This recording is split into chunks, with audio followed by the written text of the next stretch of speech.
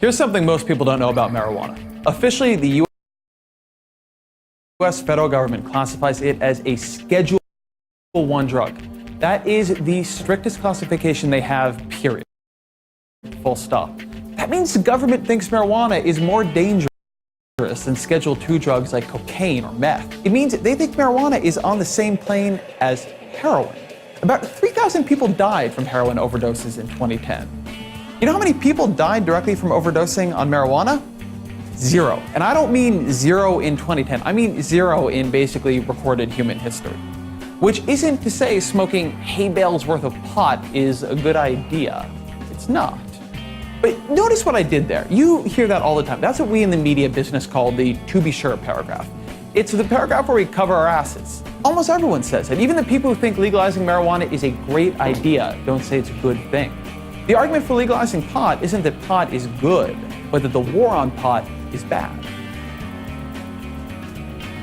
But there is a way in which legal pot could be a huge public health win. I mean, one of the biggest public health wins we've had in decades, saving huge numbers of lives. Let's go back to that drug schedule. There is one drug you won't see on there, even though it is a hell of a lot more dangerous than pot or even cocaine. That's alcohol.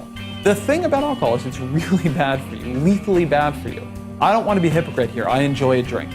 But the evidence on this, you cannot run away from it. The Centers for Disease Control and Prevention say there are 88,000 deaths each year attributable to alcohol. About 25,000 of them are just direct overdoses. The numbers here are really amazing. A Columbia University study found that being drunk increases the risk of a fatal accident 13-fold. Pot, by contrast, increases the risk less than 2-fold. Then there's all the other nasty stuff alcohol leads to. It's a big contributor to violence, to crime, to addiction. It breaks up families, it gives people cancer, it gives them liver failure. People forget this, but prohibition, we laugh at it now, but it was happening for a reason. People drank more then, and it was a scourge.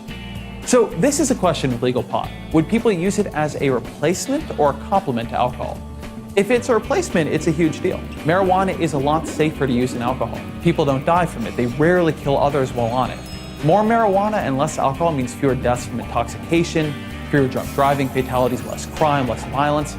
But if marijuana complements alcohol rather than replacing it, then it's a problem. If it makes people, for whatever reason, drink more, then legalizing pot might actually make our alcohol problem worse. Now I'm going to say something that kind of sucks. We actually don't know the answer here. There is encouraging early evidence. In a survey of Canadian medical marijuana users, 41% said they replace alcohol with marijuana. Another survey of California medical marijuana users found they drank less than the national average. But those are medical marijuana users. They might be different than the general population. People using marijuana for fun might have a very different relationship to alcohol than people using marijuana because they're sick.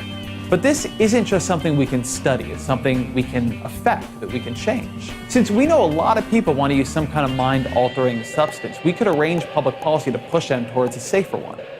But right now, we can't, because the federal government, against all the evidence, thinks marijuana is an incredibly, insanely dangerous substance with absolutely no redeeming value under any circumstance. What are they smoking?